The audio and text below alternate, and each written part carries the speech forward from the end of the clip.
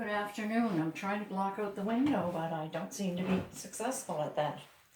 Anyway, it's nice to have you drop in. Thanks for coming by. And we haven't been together for a while, but now we will monthly for the fall and winter. What I thought I'd talk about today and show you how to make one or remind you how to make one, I'm sure you have already, is a little drawstring bag.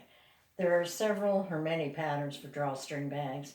This one is cute because it has a little added design to it, a little flap, and the crossover makes a little pocket so that you can put whatever you like in it.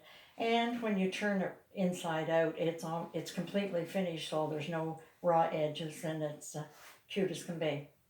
Now, to make one of these, this measures, I forgot to take measuring a ruler, but I'm guessing it's probably about 6 inches tall.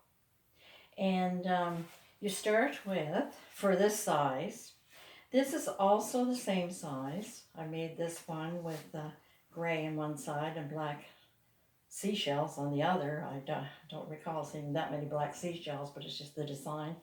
And this looks taller. What I did was I didn't box the corners as deeply. I only used about an inch or an inch and a half, whereas I used 2 inches for this one.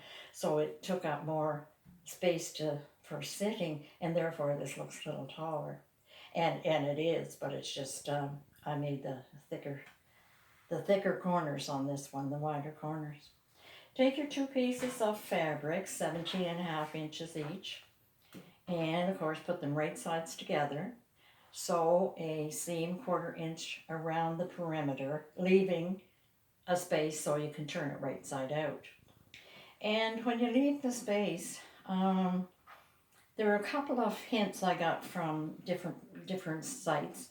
And one is, before you turn it inside, right side out, when you still have your this side, press your seam down where you're going to sew it, and when you turn it right side out, the seam is already there right in place, and it'll be easier to sew.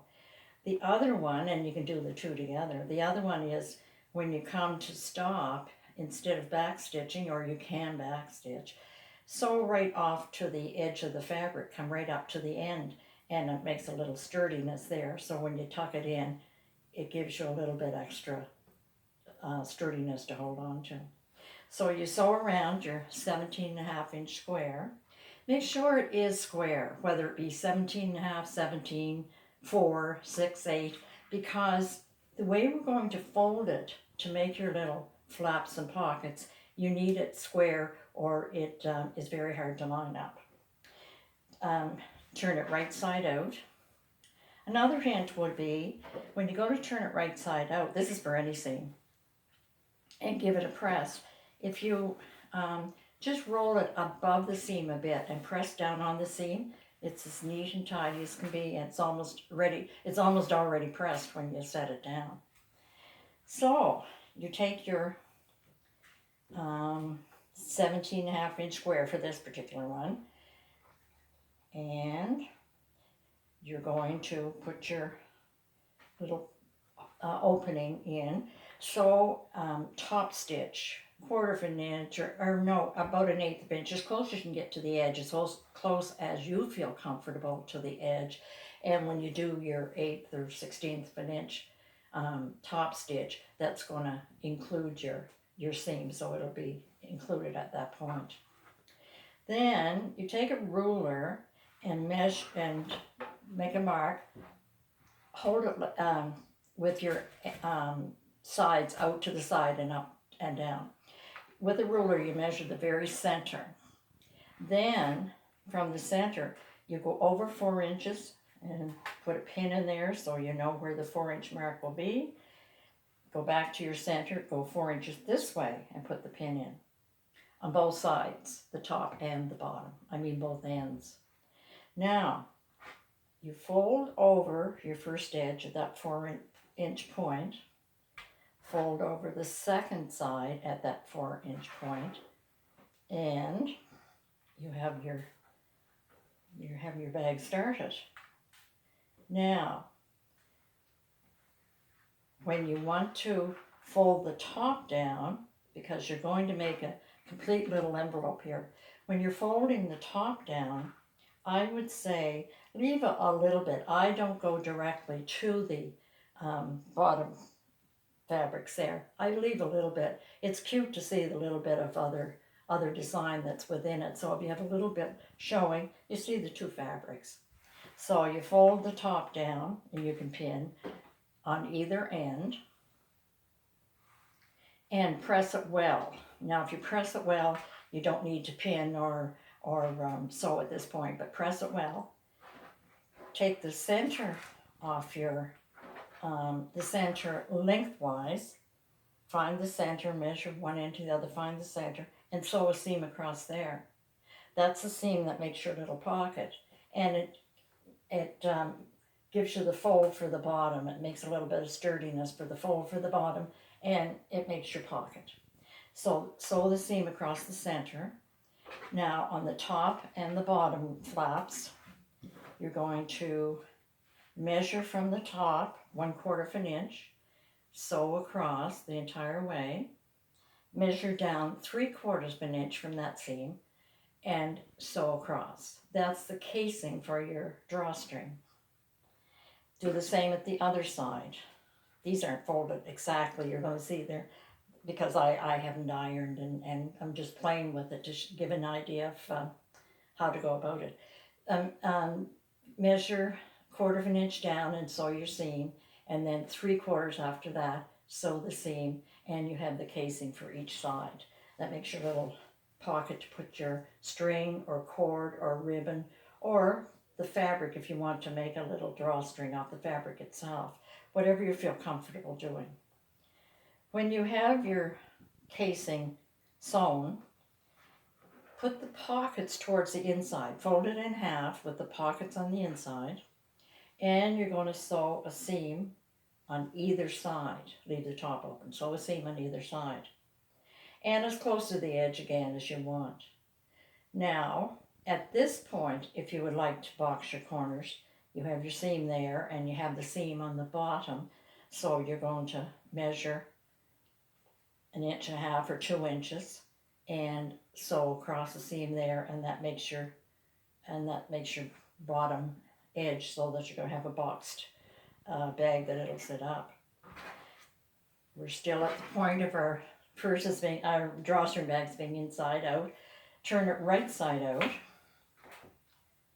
and put in your little drawstrings or cords or whatever. Now I used ribbon for a couple of them. I used the fabric itself and for a couple of them. I tend to like the fabric itself. To me, it's a little sturdier. It depends on the size of the bag you're making. If it's a small one, the ribbon is great because there's not going to be a lot of pressure on it. And you can get a lot of different colors. It adds a different, you have your two fabrics and a different color for your ribbon. So for this one, I'm going to make the fabric ribbons themselves. I just cut 1 inch and sewed the 1/4 inch seam down one side. Then you turn it inside out, and I just used an actual safety pin and pin it on the end. String it through your casing until it comes right back so that you have it around one time. You string this one through the casing, starting at the other side, over and back, so it's on one side. Now, if you want to, you can turn the ends and have a little stitch there. You can try and fold them back in and make a stitch so they don't ravel. Fold it over and serge or an overcast stitch. Just whatever. Now, for both of them, I just made a knot, the ribbon and the fabric. I made a knot in both of them.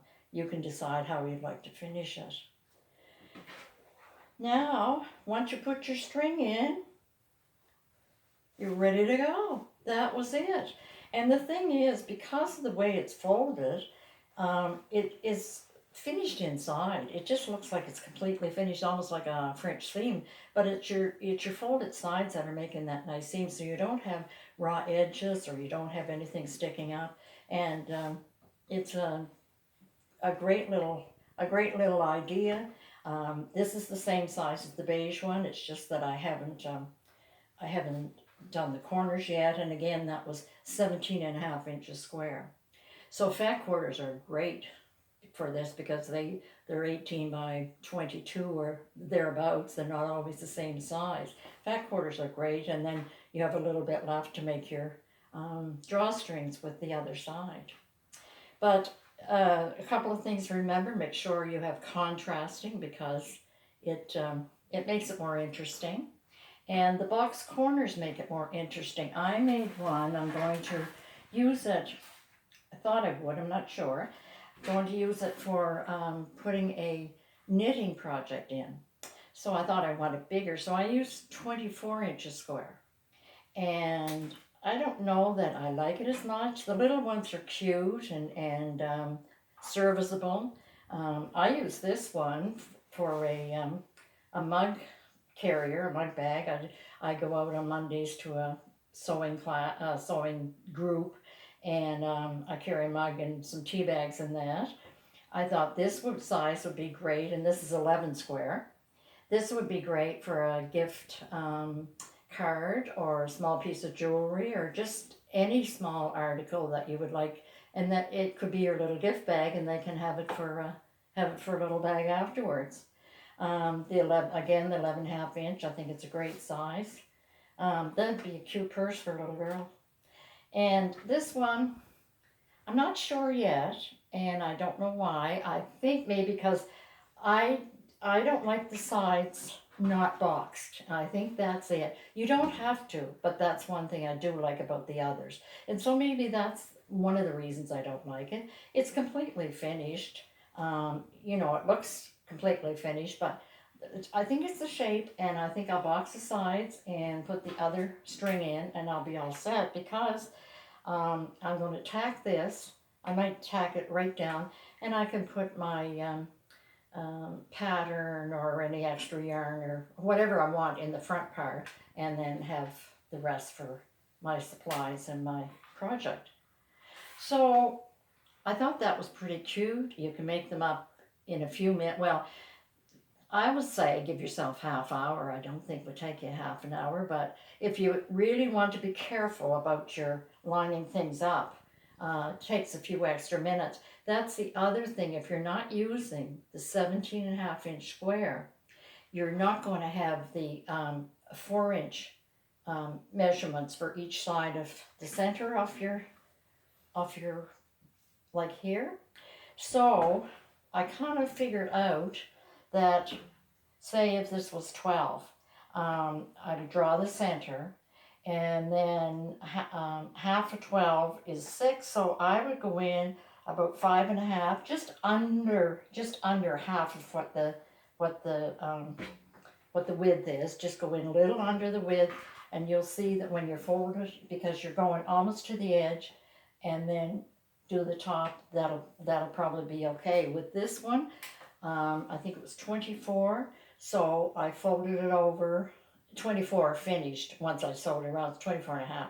So I sewed it over, and when I folded it over for the 24-inch, it's about 11, almost 12. So I went about half, a little less than half, because you don't want the this edge to be over the side. You want it just to come to the end, so it's a little less than half of the size, half of the width. And then if you get the bottom and the two sides very carefully fit, then you just play with the top until you get it where you want it to. You just fold it in and press it down where you want it. Once you get the two sides, then the top is easy, because you know you want it almost to where the pockets meet. So I guess, yes, I do like this. I think I certainly will do them boxing up the corners. That makes a big difference. So this is the larger one, and I'm using it for project. These are the 17.5 inch ones, and they're great for mugs, for carrying whatever. Some people said, what about makeup bags? But I wouldn't put makeup in unless I lined it with plastic because I wouldn't want to dirty these pretty designs. I think this is really cute for a small gift or a little girl. Put a little gift in for a little girl. And you decide on the size you want, and just remember, once you get the size, when you go to fold the sides in, it's a little less than half of the entire width, and it should be okay. So, I think that's about it. It was a short one, and I hope you make a half dozen or so. I have 1, 2, 3, 4. I have 3 finished, 1 almost finished, 1 I left so we could play with it, and I have 2 I already gave away. So they do up quickly because they don't take a lot of fabric. You don't mind different sizes. I think it's cute to try the different sizes and take pieces that you have left over and match it with another odd piece that you have, and it does up very quickly and you enjoy doing it. So see you next month, and thanks for dropping in.